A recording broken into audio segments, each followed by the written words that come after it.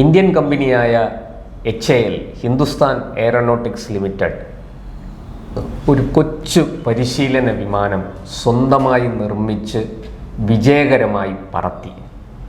അതിൻ്റെ പരിശീലന പറക്കൽ 100% വിജയമാണ്. എല്ലാ പരീക്ഷണങ്ങളെയും അതിജീവിച്ച് അത് വിജയം നേടിയിരിക്കുന്നു. ഈ കൊച്ചു വിമാനത്തെക്കുറിച്ച്, ഈ പരിശീലന വിമാനത്തെക്കുറിച്ച് എന്താണ് നമുക്ക് വിശദമായിട്ട് പറയാൻ കഴിയുക? ഇന്ത്യ ലോക രാജ്യങ്ങളിലേക്ക് തന്നെ പൈലറ്റുമാരുടെ ട്രെയിനിങ്ങിന് തുടക്കം കുറിക്കുന്ന ഒരു അവസരമാണ്. UK തന്നെ പൈലറ്റുമാരുടെ ട്രെയിനിങ്ങിന് ഇന്ത്യൻ പൈലറ്റുമാരാണ് പോകുന്നതെന്നുള്ളതാണ് നമുക്കുള്ള ഏറ്റവും സന്തോഷകരമായിട്ടുള്ള വിവരം. അതിൻ്റെ കൂടെ ഇന്ത്യയുടെ നമ്മുടെ ഡിഫൻസിലെ ഏറ്റവും എയറോനോട്ടിക്സിൻ്റെ ഏറ്റവും വലിയ കമ്പനിയാണ് നമ്മുടെ ഹിന്ദുസ്ഥാൻ എയറോനോട്ടിക്സ് ലിമിറ്റഡ്, HAL. അവരുടെ നാസിക് പ്ലാന്റിൽ നമുക്ക് വേണ്ട പുതിയ ജെറ്റ് ട്രെയിനർ STT-40 അത് നിർമ്മിച്ച് പുറത്തിറക്കിയിരിക്കുകയാണ്. അത് ഈ പരിശീലന പറക്കലിന് വേണ്ടിയിട്ട് വേണ്ടി നിർമ്മിച്ച ഈ വിമാനത്തിൻ്റെ പേര് STT-40 എന്നാണ്. അത് നമ്മുടെ ഇന്ത്യൻ ഗവൺമെൻറ് അതിന് വേണ്ടിയിട്ട് 70 യൂണിറ്റിന് വേണ്ടിയിട്ടുള്ള ഓർഡർ കൊടുത്തിട്ടുണ്ട്. ഏകദേശം 700,000 കോടി രൂപയാണ് അതിൻ്റെ ഒരു എസ്റ്റിമേറ്റ് വരുന്നത്. ഈ 70 വിമാനങ്ങൾ കൂടെ. അപ്പോൾ ഇത് നമ്മുടെ 9 വർഷം എടുത്തു നമ്മൾ ഇതിൻ്റെ പ്രോട്ടോടൈപ്പിൽ നിന്ന് പ്രൊഡക്ഷനിലോട്ട് വരാൻ വേണ്ടി. നീണ്ട കാലയളവ് തന്നെയാണ്. FAR 23 എന്ന് പറയുന്ന അമേരിക്കൻ സ്റ്റാൻഡേർഡ് അനുസരിച്ചിട്ടുള്ള എല്ലാ പരിശോധനകളും ടെസ്റ്റുകളും നടത്തിയതിന് ശേഷമാണ് ഇതിന് ഒരു എയർ വർത്തിനെസ് സർട്ടിഫിക്കറ്റ് കിട്ടുന്നത്. നമ്മളൊരു വിമാനം പ്രോട്ടോടൈപ്പ് ചെയ്ത് അതിൻ്റേതായിട്ടുള്ള എല്ലാ ടെസ്റ്റുകളും നടത്തിയതിന് ശേഷമാണ് എയർ വർത്തിനെസ് സർട്ടിഫിക്കറ്റ് കൊടുക്കുന്നത്. അത് ഉണ്ടെങ്കിൽ മാത്രമേ നമുക്കത് ഒരു സിവിലിയൻ വിമാനത്താവളത്തിലൊക്കെ നമുക്കിത് ഇറക്കാൻ പറ്റത്തുള്ളൂ. നമുക്കത് സൈന്യത്തിന് പുറത്ത് ഉപയോഗിക്കണമെങ്കിൽ ഈ ഒരു പെർമിഷൻ ആവശ്യമാണ്. അപ്പോൾ രാജ്യാന്തര തലത്തിൽ തന്നെ ഇന്റർനാഷണൽ സ്റ്റാൻഡേർഡാണ്. അപ്പോൾ അതിൽ നമ്മൾ ഉപയോഗിച്ചിരിക്കുന്നത് ഹണിവെൽ കമ്പനിയുടെ എൻജിനാണ്. എൻജിൻ നമ്മുടേതല്ല, ബാക്കിയെല്ലാം ഇന്ത്യയുടേതാണ്, HAL-ൻ്റെയാണ്. അപ്പോൾ അത് 70 യൂണിറ്റുകൾ നമുക്ക് കിട്ടുമ്പോഴത്തേക്ക് അത് ഇപ്പോൾ ആദ്യത്തെ യൂണിറ്റ് നമുക്ക് കിട്ടിയതേ ഉള്ളൂ. അടുത്ത ജനുവരിയോടെ നമുക്ക് ആദ്യത്തെ യൂണിറ്റ് എയർഫോഴ്സിന് അവർ കൈമാറും. മാർച്ച് 30 10ഓളം യൂണിറ്റുകൾ കൈമാറുമെന്നാണ് HAL-ൻ്റെ. 10 വിമാനങ്ങൾ യൂണിറ്റ് എന്ന് പറയുമ്പോൾ അത് തന്നെയാണ്, 10 വിമാനങ്ങൾ കൈമാറും. അപ്പോൾ ഒരു വർഷം ഒരു 10 വെച്ചിട്ടെങ്കിലും കൊടുത്താലേ നമുക്കിതൊരു 7 വർഷം കൊണ്ട് 70. അതെ. പക്ഷേ നമ്മൾ ഇപ്പോൾ ഈ ഡിഫൻസിൻ്റെ ബന്ധപ്പെട്ട പ്രൊഡക്ഷൻ പറയുമ്പോഴത്തേക്ക് അത്രയും നമ്മൾ മാക്സിമം ലോങ് ടൈമാണ് നമ്മൾ ഗസ്റ്റേഷൻ പീരീഡായിട്ട് ഇട്ടേക്കുന്നത്. പക്ഷേ ഇന്ന് ഇന്ത്യൻ എയറോനോട്ടിക്സ് ഫീൽഡിൽ കാണുന്ന വികസനം വച്ചിട്ട് നോക്കുമ്പോഴത്തേക്ക് ഈ കാലയളവൊക്കെ ഒരുപാട് കുറയാനാണ് സാധ്യത. കാര്യം വെർട്ടിക്കലായിട്ടുള്ള ഒരുപാട് ഡെവലപ്മെൻറ്റ്സ് ഇതിനകത്ത് നടക്കുന്നുണ്ട്. വെർട്ടിക്കൽ ഡെവലപ്മെൻറ്റ്സ് എന്ന് പറയുമ്പോഴത്തേക്ക് ഒരേപോലത്തെ കാര്യങ്ങൾ പലയിടത്തായിട്ടും പല രീതിയിലും ചെയ്ത് നമുക്കത് ലക്ഷ്യസ്ഥാനത്തേക്ക് എത്തുന്ന ഒരു രീതിയിലേക്കാണ് ഇന്ത്യ പോകുന്നത്, വിജയിപ്പിക്കാൻ പറ്റുന്നത്. അതെ. ഇത്രയും കാലം നമ്മൾ പ്രധാനമായിട്ടും നമ്മുടെ പ്രതിരോധ കമ്പനികളുടെയും ഗവൺമെൻറ് കമ്പനികളുടെയും മാത്രമാണ് ഇത്തരം കാര്യങ്ങൾക്ക് ആശ്രയിച്ചിരുന്നത്. പക്ഷേ ഇപ്പോൾ വലിയ തോതിൽ നമ്മൾ പ്രൈവറ്റ് കമ്പനികളെ ഇതിന് വേണ്ടിയിട്ട് ആശ്രയിക്കുകയാണ്. ഇപ്പോൾ നമ്മൾ സീരിയൽ പ്രൊഡക്ഷൻ നമ്മൾ തുടങ്ങിക്കഴിഞ്ഞ് കഴിഞ്ഞാൽ ഇന്ത്യയുടെ മറ്റ് കമ്പനികളിൽ സമാനമായിട്ടുള്ള കപ്പാസിറ്റി ഉണ്ടെങ്കിൽ അവിടെ അടുത്തും കൂടെ നമുക്ക് ഈ കമ്പണൻസ് നമുക്ക് ഡെവലപ്പ് ചെയ്ത് 95 തുടങ്ങിയ നമ്മളൊരു എക്സസൈസാണ്. ഇപ്പോൾ 30 വർഷമായിട്ട് നമ്മൾ ഇന്ത്യക്ക് പുറത്തുള്ള കേരളത്തിൽ ഡിഫൻസിന് പുറത്തുള്ള ഗവൺമെൻറ് ഇതര ഏജൻസികളെ കൂടെ കൊണ്ട് നമ്മളിത് വികസിപ്പിച്ചുകൊണ്ടിരിക്കുകയാണ്. അപ്പോൾ അങ്ങനെ വരികയും ഇപ്പോൾ ഈ ആത്മനിർഭർ ഭാരത് എന്നുള്ളൊരു സ്കീമിലോട്ട് നമ്മൾ വരുമ്പോഴത്തേക്കും മാക്സിമം ഇന്ത്യൻ പ്രൈവറ്റ് കമ്പനികളെ ഇതിനകത്ത് ഉൾപ്പെടുത്തുകയും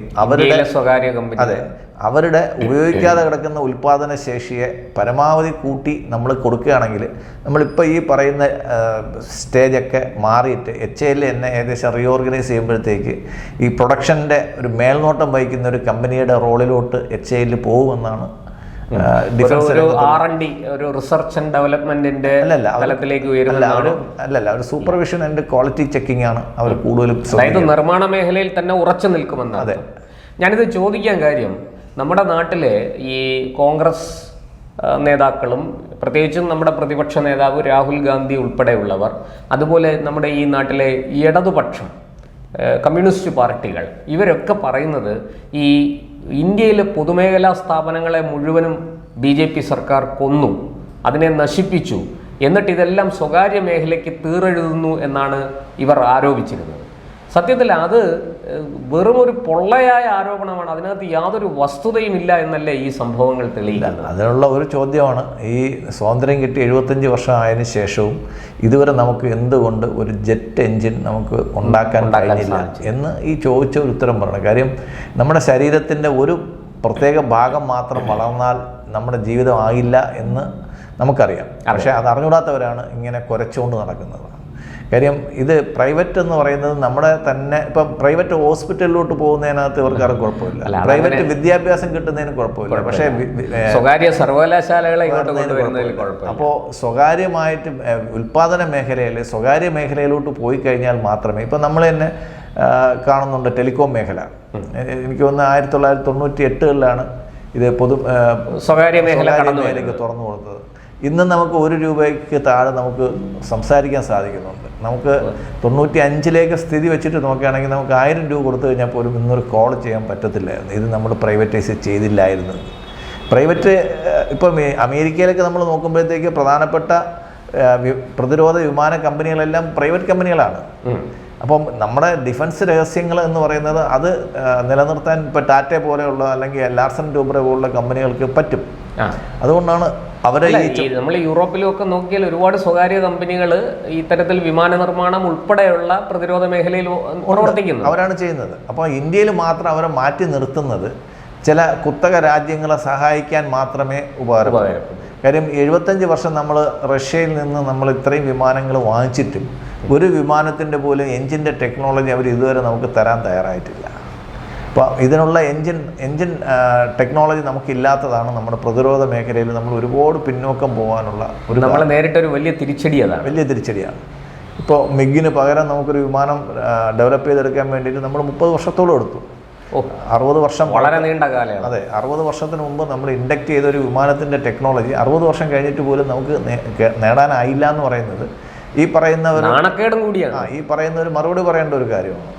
ഇവിടെ ഒരു സെൽഫ് റിലയൻസ് എന്ന് പറയുന്ന ഒരു പോളിസിയിലോട്ട് നമ്മൾ, അല്ലെങ്കിൽ ആത്മനിർഭർ ഭാരത് എന്ന ഒരു പോളിസിയിലോട്ട് ഈ നരേന്ദ്രമോദി സർക്കാർ പോയത് തന്നെയാണ്.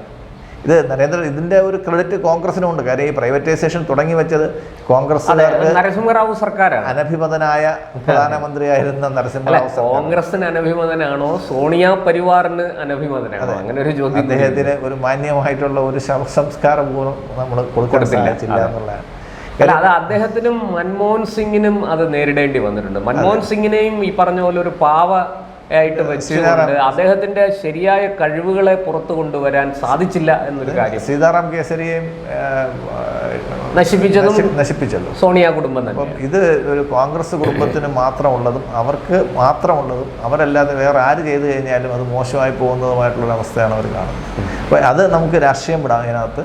എന്തായാലും നമ്മൾ ഈ ഒരു സമയത്ത് രാജ്യം ഒത്തൊരുമിച്ച് എല്ലാ പ്രൈവറ്റ് ആയാലും സ്വകാര്യ മേഖലയായാലും ഗവൺമെൻറ് മേഖലയായാലും പൊതുമേഖലയായാലും എല്ലാവരും സഹകരിച്ച് രാജ്യത്തിൻ്റെ ഉന്നതിയാണ് പ്രശ്നം. അത് ആര് കൂടുതൽ ചെയ്തു എന്നാണ് നമ്മൾ നോക്കേണ്ടത്. അതുകൊണ്ട് നമ്മുടെ ചെയ്യുന്നവരെ പ്രോത്സാഹിപ്പിക്കും. അതെ, ഡിഫൻസിൻ്റെ എക്സ്പോർട്ട് ആണ് ഇതുവരെ നമ്മുടെ ഡിഫൻസ് ഇമ്പോർട്ടാണ് നമ്മൾ നോക്കിക്കൊണ്ടിരുന്നത്. ഇനി നമ്മൾ ഡിഫൻസ് എക്സ്പോർട്ട് എന്നുള്ളൊരു ഏരിയയിലേക്ക് നമ്മൾ പോവുകയാണ്. അപ്പോൾ ഈ സമയത്ത് നമുക്ക് രാജ്യത്ത് ഒരുപാട് റിസോഴ്സുള്ള ഒരുപാട് കമ്പനികൾ അവരുടെ പൂർണ്ണമായിട്ടുള്ള ഫെസിലിറ്റീസ് ഉപയോഗിക്കാതെ കിടക്കുന്ന ഒരുപാട് കമ്പനികളുണ്ട്. അവരുടെയൊക്കെ കൈ പിടിച്ചിട്ട് വേണം നമുക്ക് മുമ്പോട്ട് പോകാൻ. അപ്പോഴത്തേക്ക് നമുക്ക് ഈ കാണുന്നതിനേക്കാളും കൂടുതൽ സ്പീഡിൽ കാര്യങ്ങൾ, ഇപ്പം 1 വർഷം 8 എയർക്രാഫ്റ്റൊക്കെയാണ് അവർ പ്രതീക്ഷിക്കുന്നത്. പക്ഷേ അത് 15ഓ 20ഓ ആയിക്കഴിഞ്ഞാൽ വാങ്ങിക്കാൻ തന്നെ ലോകത്ത് ആളുണ്ടാവും. അതെ, ഈ HALന്റെ വിമാനം ഈ 70 എണ്ണം നമ്മൾ മാനുഫാക്ചർ ചെയ്യുന്ന അതേ എഫർട്ട് തന്നെ ഉണ്ടാവുള്ളൂ. വേറെ ഒരു 70 എണ്ണം കൂടെ നമുക്ക് എക്സ്പോർട്ട് ചെയ്യാനും.